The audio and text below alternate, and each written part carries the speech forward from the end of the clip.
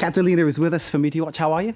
How are you? I'm good, Mark. Great to see you. Now then, you're dealing with the online community reacting to the internet blackout in Iran. And the context is that we have ongoing demonstrations, at least 2 people dead. It could be a heck of a lot more, according to correspondence there. A very serious situation. And of course, by cutting the news, cutting the internet, you keep a lid on the situation, or so somebody might want. Exactly. So during the weekend, Iranians started experiencing an internet slowdown, which resulted in a total blackout for its population of almost 80 million people. So this is seen as an attempt for the government to silence its protesters.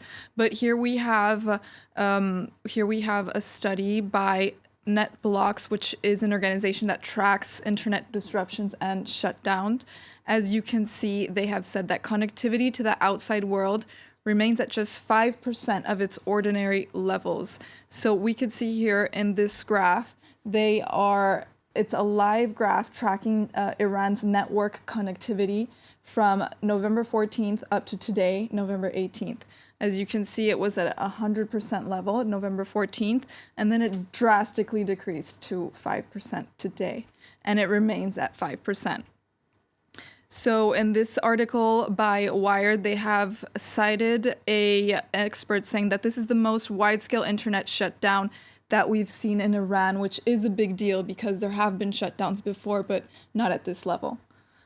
So obviously a lot of users very worried about their loved ones that are there and they haven't been able to connect with them, saying it's been almost 40 hours since we haven't talked to our loved ones. This Twitter user saying it's been 48 hours I couldn't contact my loved ones. And it's gone together with this hashtag saying free internet for Iran. This hashtag has gone hand in hand with people also tagging foreign leaders. This Twitter user tagging Donald Trump and Emmanuel Macron to do something for Iran.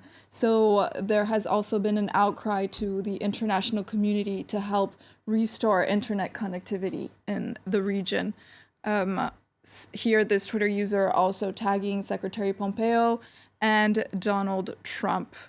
Another hashtag that has been trending is this one, Twitter ban Khamenei. I invite all activists to call on Twitter to ban Iran's supreme leader until the internet access is restored. So they don't want him to have a Twitter account until they have completely restored internet access in the country. And that would be an interesting thing if Twitter would act in that way, but there's no kind of precedent that they might. We'll have to wait and see on that one. Shall we move on to the next topic, yeah? Yes. Prince Andrew of the United Kingdom. He did an interview on the BBC, which has been labelled as a PR disaster for the royal family. And this interview, of course, is about allegations that he had, how can we put it? It was not exactly rape, but certainly it was a forced encounter with a young woman who perhaps may have been forced to sleep with him, have sex with him some way, shape or form.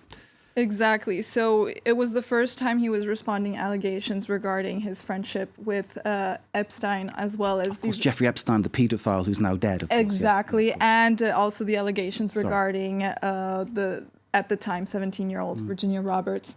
But as people here, we could see former Buckingham Palace press officer saying it was not so much a car crash, but an articulated lorry crash.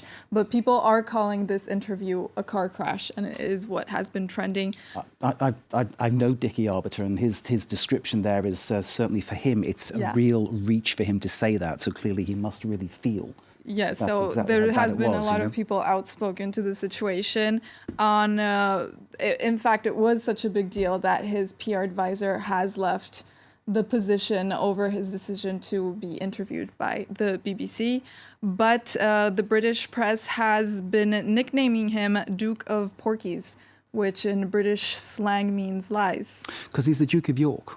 Exactly. So Duke of Pork, Duke of Porkies. There are a number of possible puns there, and some of them are quite unsavoury, but certainly the idea about porky, pork pie, lie, there you go. That's the British explanation of it. Please, Catalina. There you go. Thank you for the explanation.